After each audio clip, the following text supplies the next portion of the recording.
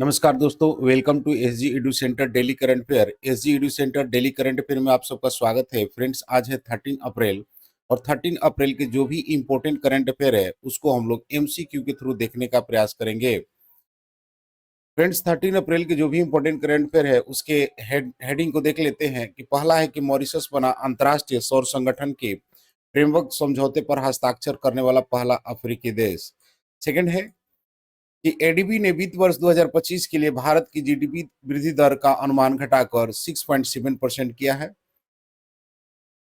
Third है इन नई दिल्ली में डीएफडीआर और सीवीआर से लैस अत्याधुनिक ब्लैक बॉक्स लैब का उद्घाटन किया गया है। फोर्थ है कि भारत ने बांग्लादेश के लिए ट्रांसशिपमेंट ट्रांजिट सुविधा समाप्त की है। फिफ्थ है कि जेपी नड्डा ने नई दिल्ली में वक्त सुधार जागरण अभियान कार्यशाला को संबोधित किया है। सिक्स्थ है कि राष्ट्रपति द्रौपदी मुर्मू को स्लोवाकिया में डॉक्टरेट की मान उपाधि से सम्मानित किया गया है। सेवन है कि डीडीएलजी बनी लिस्चर्स स्क्वायर में प्रतिमा स्थापित होने वाली पहली भारतीय फिल्म। एट्थ है कि महावीर स्वामी की 2623वीं जयंती 10 अप्रैल 2025 को मनाई गई। नाइन्थ है कि दुनिया का पहला 3D printed railway station Japan में बनाया गया। टेंथ है कि 15 अप्रैल 2025 को हैदराबाद में आयोजित होगा स्त्री समिट 2025। फ्रेंड्स, आज का कोटेशन है कि do it for the peoples who want to see you fail. उन लोगों के लिए करो जो तुम्हें हारते हुए देखना चाहते हैं। फ्रेंड्स, हम लोग 12 अप्रैल के जो भी इंपॉर्टेंट करंट अफेयर देखे थे उसको शॉर्टली में रिवाइज कर लेते हैं कि तीसरा बिम्स्टेक कृषि मंत्री स्तरीय बैठक कहाँ आयोजित किया गया था? नेपाल काठमांडू में। हाल ही में राष्ट्रीय समुद्री वरुण पुरस्कार किसे सब प्रदान किया गया था? राजेश उन्नी को। अंतर्राष्ट्रीय बुकर पुरस्कार के लिए शॉर्टलिस्ट होने वाली पहली कन्नड़ भाषा की पुस्तक कौन सा है? हार्टलैंड।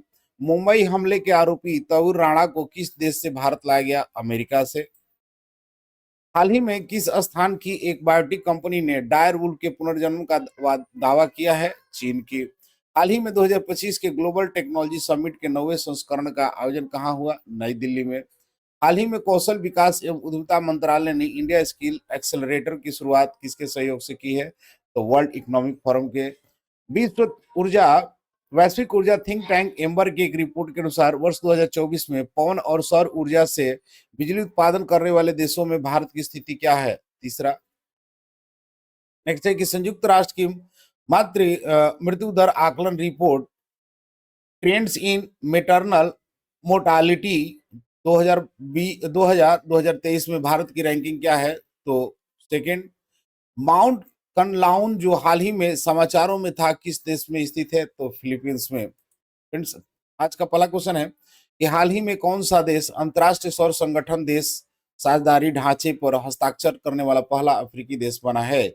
यानी which country has recently become the first African country to sign the international solar alliance country partnership framework? Option A Kenya, option B South Africa, option C Mauritius और ऑप्शन डी नाइजीरिया। तो इसका सही answer friend की Mauritius जो है ये पहला अफ्रीकी देश है जो अंतर्राष्ट्रीय सौर गठबंधन देश साझेदारी ढांचों पर हस्ताक्षर करने वाला बन गया है। देख लेते हैं इसके कुछ एडिशनल इंफॉर्मेशन को कि मॉरिशस ने आईएसए यानी इंटरनेशनल सोलर अलायंस के साथ देश साझेदारी ढांचे पर हस्ताक्षर किया है। यह समझौता सौर ऊर्जा परियोजनाओं और टिकाऊ विकास को बढ़ावा देगा। इससे मॉरिशस को अपने नवीकरणीय ऊर्जा लक्ष्यों को प्राप्त करने में मदद मिलेगी। नेक्स्ट क्वेश्चन है कि हाल ही में एडीबी ने वित्त वर्ष 2025 में भारत का अर्थव्यवस्था का कितना प्रतिशत अनुमान लगाया है? यानी recently percentage has Asian Development Bank estimated in India economics in the financial year 2025? Option A 7.1%, option B 6.4%, option C 6.9% और ऑप्शन डी 6.7%। तो इसका सही आंसर फ्रेंड की एडीबी यानी एशियन डेवलपमेंट बैंक ने इंडिया के वित्त वर्ष 2025 के लिए जो जीडीपी है उसका अनुमान जो है 6.7% लगाया है। देख लेते हैं इसके कुछ इंफॉर्मेशन को कि एडीबी ने भारत की जीडीपी वृद्धि दर फाइनेंशियल 2025 के लिए 6.7% रहने का अनुमान लगाया है। यह अनुमान वैश्विक चुनौतियों के बावजूद स्थिर आर्थिक विकास को दर्शाता है। मजबूत घरेलू मांग, बुनियादी ढांचों का विकास और डिजिटल परिवर्तन प्रमुख विकास के कारक हैं। नेक्स्ट क्वेश्चन है कि किस शहर में हाल ही में डीएफडीआर और सीवीआर से सुसज्जित अत्याधुनिक ब्लैक बॉक्स लैब का उद्घाटन किया गया। यानी in which city has state of the art black box lab equipped with the DFDR or CVR been inaugurated recently. Option A Mumbai, option B Bengaluru, option C New Delhi और option D none of this. तो इसका सही answer friends की नई दिल्ली में। भारत का पहला black box lab नई दिल्ली में स्थित की गई है। यह विमान दुर्घटना जांच ब्यूरो द्वारा नागरिक उड्डयन मंत्रालय के तहत बनाई गई है। इससे विदेशी लैब पर निर्भरता कम होगी और दुर्घटना की जांच तेजी से होगी। नेक्स्ट क्वेश्चन है कि हाल ही में भारत भारत सरकार ने किस देश के निर्यात के लिए ट्रांसशिपमेंट ट्रांजिट सुविधा बंद कर दी है।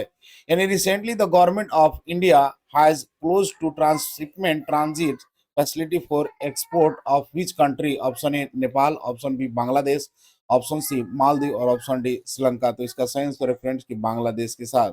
देख लेते हैं इसके कुछ एडिशनल इन्फॉर्मेशन को कि भारत ने बांग्लादेश के तीसरे देशों को निर्यात के लिए ट्रांसशिपमेंट सुविधा यानी भारतीय बंदरगाहों के माध्यम से रोक दी है। यह निर्णय इस सुविधा के दुरुपयोग बांग्लादेश के माल का भारत में अवैध रूप से इस्तेमाल के कारण लिया गया है। बांग्लादेश अंतर्राष्ट्रीय व्यापार के लिए भारतीय बंदरगाहों कोलकाता विशाखापट्टनम पर निर्भर है। इस कदम का उद्देश्य कस्टम जांच हेतु टैक्स चोरी करना रोकना है। नेक्स्ट क्वेश्चन है कि हाल ही में वक्फ सुधार जन जागरण अभियान कार्यशाला को नई दिल्ली में किसे संबोधित किया। यानी who has recently address the workshop of the Waqf reform Jagran Abhiyan in New Delhi. Option A Amit Shah, option B JP Nadda, option C Piyush Goyal और option D none of this. इसका सही आंसर फ्रेंड्स की जेपी नड्डा ने वक्फ सुधार जागरण अभियान कार्यशाला को नई दिल्ली में संबोधित किया। नेक्स्ट क्वेश्चन है, देख लेते हैं इसके कुछ एडिशनल इन्फॉर्मेशन को कि भाजपा के अध्यक्ष श्री जगत प्रकाश नड्डा ने नई दिल्ली में वक्फ सुधार जागरण अभियान को संबोधित किया है। यह अभियान भारत भर में वक्फ संपत्ति के प्रबंधन में पारदर्शिता और आधुनिकीकरण पर केंद्रित है। इसका उद्देश्य वक्फ भूमि के दुरुपयोग को रोकना और समुदाय कल्याण के लिए उनके सही उपयोग सुनिश्चित करना है। नेक्स्ट क्वेश्चन है कि राष्ट्रपति द्रौपदी मुर्मू को हाल ही में कौन सी मान डिग्री प्रदान की गई है। Option A sorry which honours doctorate degrees was awarded to presidents of Draupadi Murmu. Option A Portugal, option B Slovakia, option C Russia और ऑप्शन डी श्रीलंका। तो इसका सही आंसर फ्रेंड की स्लोवाकिया। राष्ट्रपति द्रौपदी मुर्मू को स्लोवाकिया द्वारा मानद डॉक्टर से सम्मानित किया गया। यह सम्मान उनके सामाजिक न्याय, आदिवासी कल्याण और लोक सेवा में योगदान के लिए दिया गया है।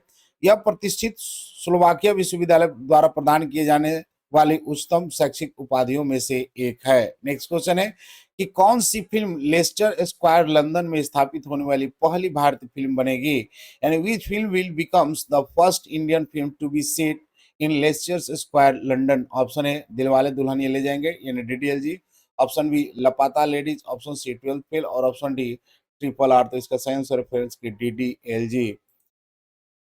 फ्रेंड्स डीडीएलजी 1995 में शाहरुख खान और काजोल की ऐतिहासिक फिल्म है। लेस्टर स्क्वायर लंदन में दिखाई जाने वाली पहली भारतीय फिल्म बनेगी। यह विशेष प्रदर्शन ब्रिटिश फिल्म इंस्टीट्यूट बीएफआई द्वारा बॉलीवुड के 100 साल के जश्न का हिस्सा है। आदित्य चोपड़ा द्वारा निर्देशित यह फिल्म भारतीय सिनेमा की सबसे लंबे समय तक चलने वाली फिल्म है।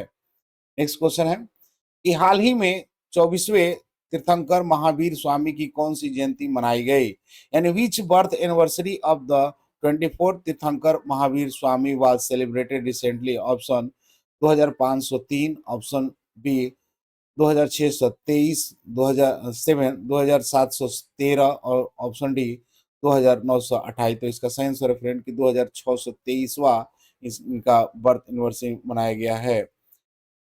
जैन धर्म में 24वें तीर्थंकर भगवान महावीर स्वामी की 2623वीं जन्मोत्सव हाल ही मनाया गया है।